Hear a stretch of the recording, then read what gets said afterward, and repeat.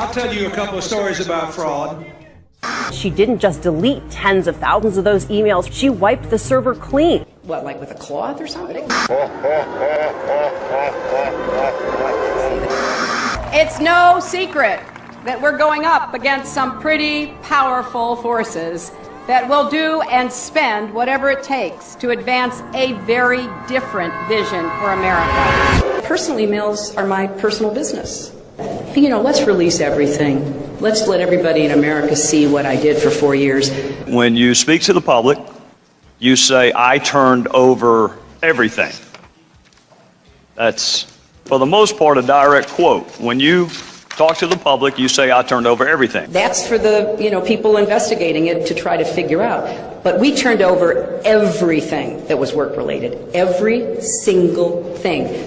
90 to 95% of my work-related emails were in the state system. If they wanted to see them, they would certainly have been able to do so. You know what? That is maybe the 10th time you have cited that figure today. It is. And I have not heard anyone other than you ever cite that figure. Who told you that 90 to 95% of your emails were in the State Department system? Who told you that? We learned that from the State Department in their analysis of the emails that were already on the system. The Inspector General report found that less than 1% of State Department emails, record emails, were captured. So they give a number of less than 1%, and you give a number of 90%. I have absolute confidence that everything that could be in any way connected to work is now in the possession of the State Department. This pile represents the emails that you sent or received about Libya in 2011, from February through December of 2011. This pile represents the emails you sent or received from early 2012 until the day of the attack. There are 795 emails in this pile. We've counted them. There are 67 emails in this pile in 2012. And I'm troubled by what I see here. I can only conclude by your own records that there was a lack of interest in Libya in 2012. What difference at this point does it make? When I think back now to that day and what she knew, it shows me a lot about her character, that she would choose in that moment to basically perpetuate what she knew was untrue. This was a fast-moving series of events in the fog of war, and I think most Americans understand. How about more generally? Do you think there's something you can do to get a majority of Americans to believe you're trustworthy? Hi, Secretary Clinton. Would you sign this for me? Sure. What's your name?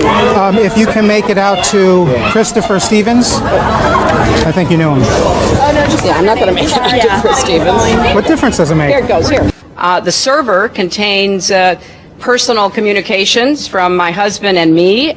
Only time I got on the internet, I did 2 emails, and I ordered Christmas presents from a reservation. Otherwise, I found people said embarrassing things on emails. I didn't want to be one of them.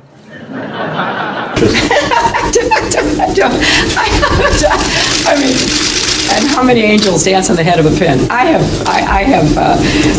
really nothing to. I mean, how do you answer that? I feel sorry sometimes for the young people who, believe this. They don't do their own research. I am so sick. I am so sick of the Sanders campaign lying about me. I'm sick of it. Do you think New York State should recognize gay marriage? No. No. Okay. I believe that marriage is between a man and a woman. I do not support gay marriage. It really is great how long you've supported gay marriage. Yes. I could have supported it sooner. Well, you did it pretty soon. Yeah. Could have been sooner. Fair point.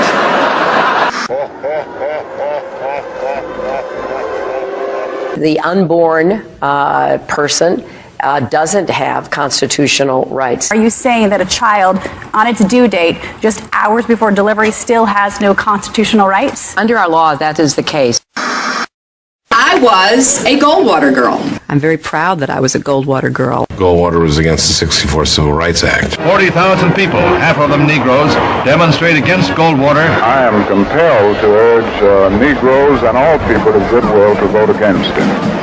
His election would be a tragedy and certainly suicidal almost for the nation and the world. He's a very arrogant person to deal with, which I think is a combination of this vision of Russia and some fundamental insecurity. I could have told him he was a KGB agent. By definition, he doesn't have a soul. I mean, this is a waste of time, right? Как минимум, государственный деятель должен иметь голову. Mrs. Clinton has never been too graceful in her statements. When people push boundaries too far, it's not because they are strong. I remember landing under sniper fire. There was supposed to be some kind of a greeting ceremony at the airport, but instead we just ran with our heads down to get into the vehicles. Her arrival in Bosnia was not quite as dramatic as Clinton put it. Good to see you. Once again, her memory doesn't match our videotape. She and her daughter Chelsea lingered on the tarmac to greet U.S. military officials. Took photos. There was the group of 7th graders on the tarmac too.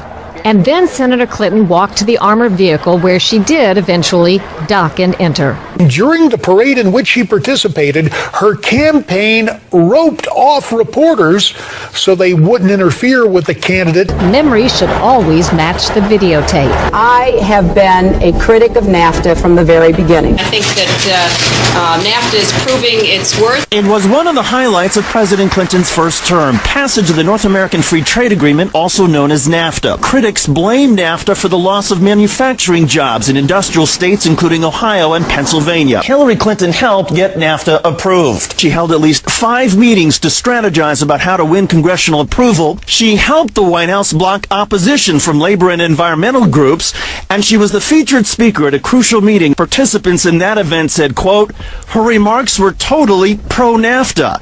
Was NAFTA a mistake? NAFTA was a mistake to the extent that it did not deliver on what we had hoped it would. Your opponents are saying that that's really part of a larger pattern with you, that you often avoid taking firm positions on controversial issues. They are going to people showing videos of Donald Trump insulting Islam and Muslims in order to recruit more radical jihadists. Fact checkers have said that she was wrong. All my grandparents, came over here, and turns out only 1 was an immigrant, 3 were not.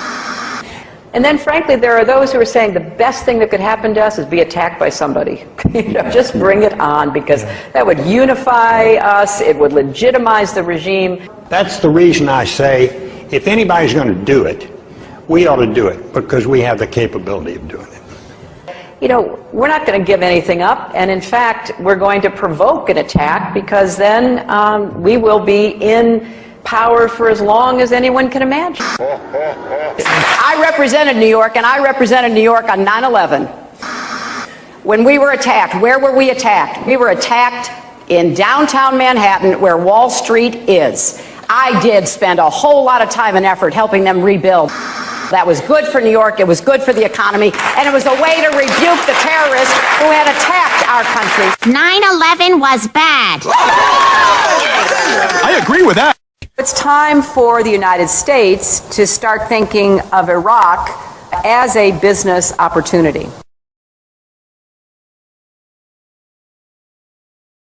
Hi, Secretary Clinton, will you release a transcript of your paid speeches to Goldman Sachs?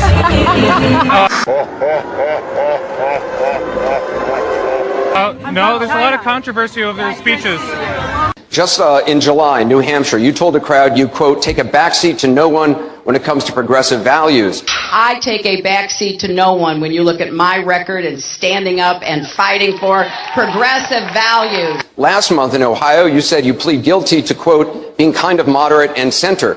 Do you change your political identity based on who you're talking to? No, I think that like most people that I know, I have a range of views, but they are rooted in my values and my experience. I get accused of being kind of moderate and center. I plead guilty. Just for the record, are you a progressive or are you a moderate? I'm a progressive. I represented Wall Street as a senator from New York, and I went to Wall Street in December of 2007, before the big crash that we had, And I basically said, cut it out. Quit foreclosing on homes. Quit engaging in these kinds of speculative behaviors. Now, who's exactly to blame for the housing crisis? I think there's plenty of blame to go around. Home buyers who paid extra fees to avoid documenting their income should have known they were getting in over their heads. Are you a progressive or are you a moderate? I'm a progressive.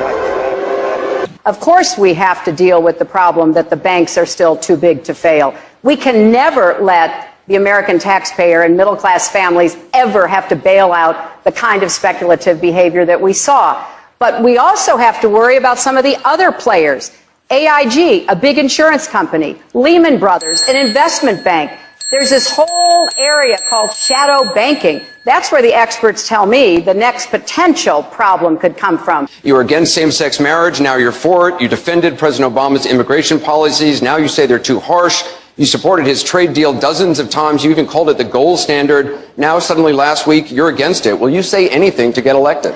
Well, actually, I have been very consistent over the course of my entire life.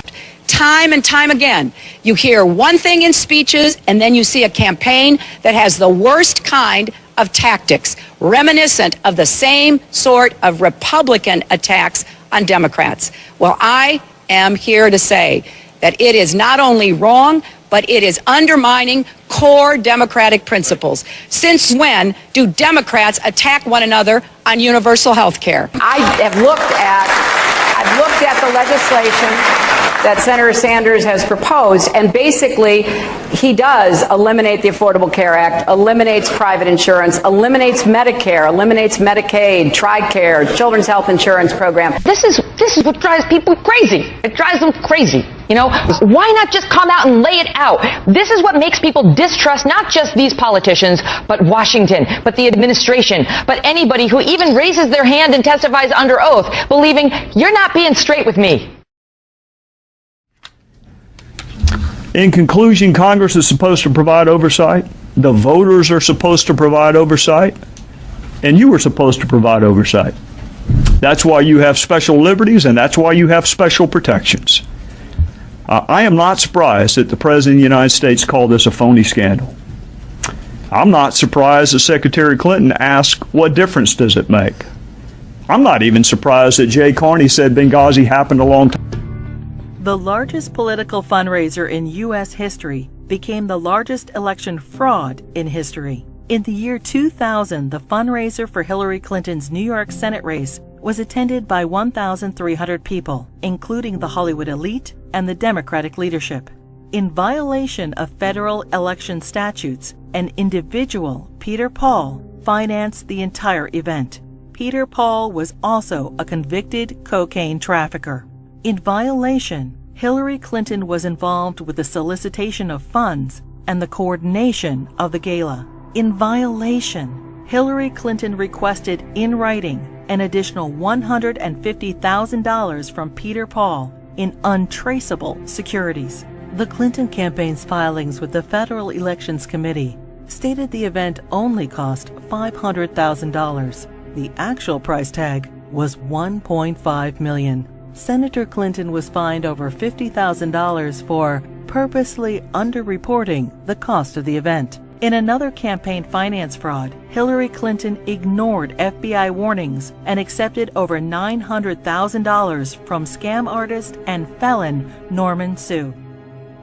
Hillary Clinton's Senate tenure was undistinguished. In 7 years, she introduced only 3 minor bills which became law, including the naming of a post office. She helped secure millions in federal assistance for a New York developer. Ethics questions arose when the businessman donated over $120,000 to the Clinton Foundation. Senator Clinton did not support English as the official language of the United States government, and she enthusiastically voted for the Iraq War resolution.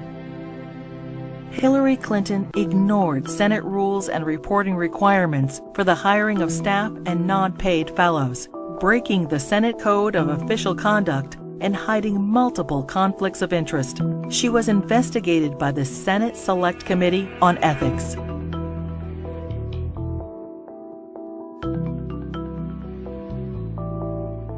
Hillary Clinton's long history of campaign finance abuses continued. Jeffrey Thompson and other fundraising bundlers for her failed 2008 presidential campaign pled guilty to conspiracy and campaign finance law violations. In the primaries, Democrats nominated the little-known junior Senator Obama over the well-known, scandal-ridden Hillary Clinton. In 2009, President Obama nominated Hillary Clinton as Secretary of State. In 2014, the State Department spokesperson was asked to identify one tangible achievement from Hillary Clinton's 4 years as Secretary of State. She responded, "I am certain those who were here at the time, who worked hard on that effort, could point out one." Secretary Clinton's tenure had no signature doctrine or diplomatic breakthrough. It was, however, 4 more years of scandals. The Clinton State Department wasted $80 million on a U.S. consulate in northern Afghanistan, which will never be completed. Under Clinton's name, the Foreign Service gathered details on foreign diplomats, our allies and officials of the UN, including internet usernames, email addresses, credit card numbers, fingerprints, frequent flyer account numbers, and work schedules. The Clinton State Department lost approximately $6 billion due to improper filing of contracts. The FBI, CIA, and the DOJ requested that Boko Haram be designated as a terrorist group so the agencies could pursue them. Secretary Clinton declined, and the group continued its reign of terror, including the kidnapping of 300 schoolgirls in Nigeria.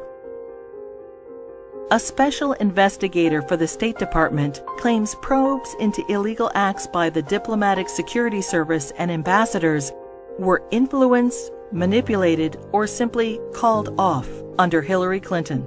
These include sexual assaults by State Department security officials in Beirut, endemic engagement of prostitutes by Hillary Clinton's security detail, drug use by State Department contractors in Baghdad, solicitation of child male prostitutes by U.S. Ambassador to Belgium. Secretary Clinton's spokesperson claimed Hillary Clinton had no knowledge of any of the scandals in her State Department. "We learned of it from the media and don't know anything beyond what's been reported."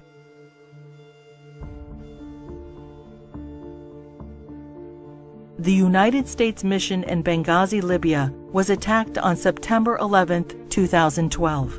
As Hillary Clinton was Secretary of State at the time, she is at the heart of the cover-up investigation.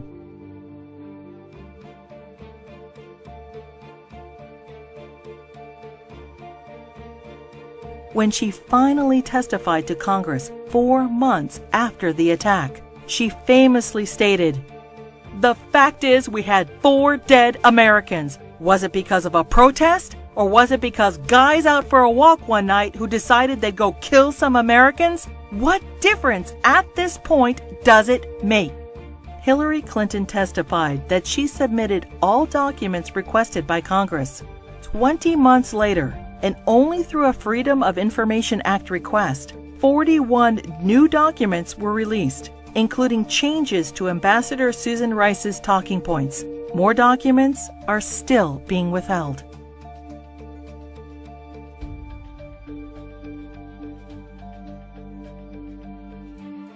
The Presidential Records Act allows restricted access to documents for 12 years after leaving office. Now, 14 years later, the Clintons are still withholding thousands of records from the public. Over 300 Freedom of Information Act requests have been ignored, suggesting more damaging revelations about the Clintons. It is difficult to separate the Clintons' personal and political financial ventures from those of the Clinton Foundation. The New York Times expose on the Clinton Foundation details moral and fiscal chaos, shameless fundraising, and calls it mired in conflicts of interest. Run by old Clinton friends, it has been grossly mismanaged and, despite enormous donations, ran multi-million-dollar deficits. Already rife with conflicts of interest, The foundation's offices are now shared by the Hillary Clinton presidential campaign. Americans can give $2,300 to presidential candidates, but there are no limits on donations to foundations. Hillary Clinton cannot legally accept campaign donations from foreigners, but no restrictions apply to foundations. Secretary of State Clinton traveled to Moscow and pressed the Russian government to purchase planes from Boeing. 2 months later, contract in hand, Boeing donated $900,000 to the Clinton Foundation. The foundation's support from foreign interests hoping to influence U.S. policy is of grave concern. Foreign donations to the foundation increased by 70% when Hillary Clinton ran for president in 2008.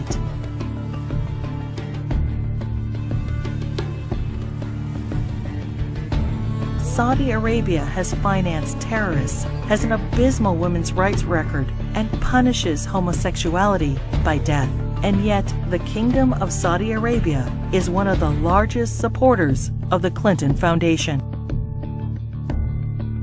In a Clinton co-presidency, every large donation could raise suspicions of improprieties or influence peddling and lead to non-stop investigations. Great story here for anybody willing to find it and write about it and explain it is this vast right-wing conspiracy. It's no secret that we're going up against some pretty powerful forces that will do and spend whatever it takes to advance a very different vision for America.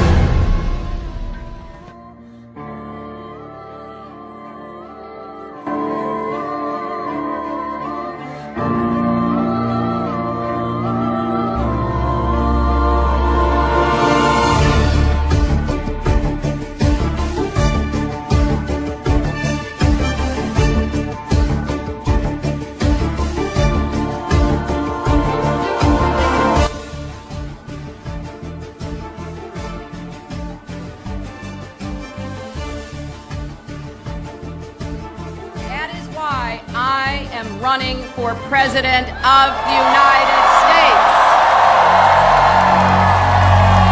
The people want to know Hillary, the Hillary that I knew back here in Arkansas. When she was in the Benghazi hearing, when she said, "What difference does it make? They're dead." What difference at this point does it make? That's the Hillary I know. We came, we saw, he died. Hi, Secretary Clinton. Would you sign this for me? Sure. What's your name? If you can make it out to Christopher Stevens. I think you knew him. Oh, no, just I'm not going to make it out to Chris Stevens. What difference does it make? Here it goes. Here. Yep. Senator Clinton has extraordinary ability to obfuscate, refuse to answer questions, avoid confrontations, and up until now has been given a pass on it. A story in the New York Times talking about why Senator Clinton voted this way, because I think some people were surprised by it.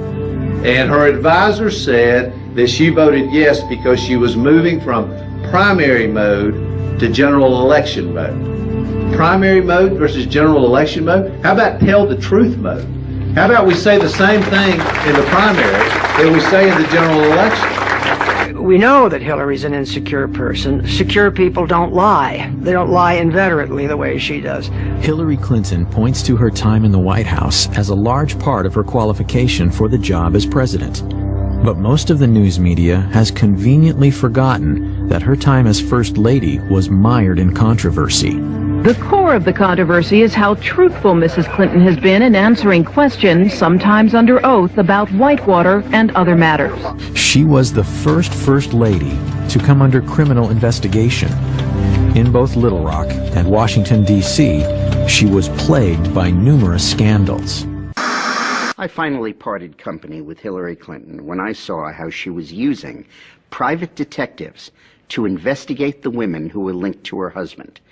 Not to change him, not to reform him, not to make him a better person, but to cow the women into silence so that he could get elected president.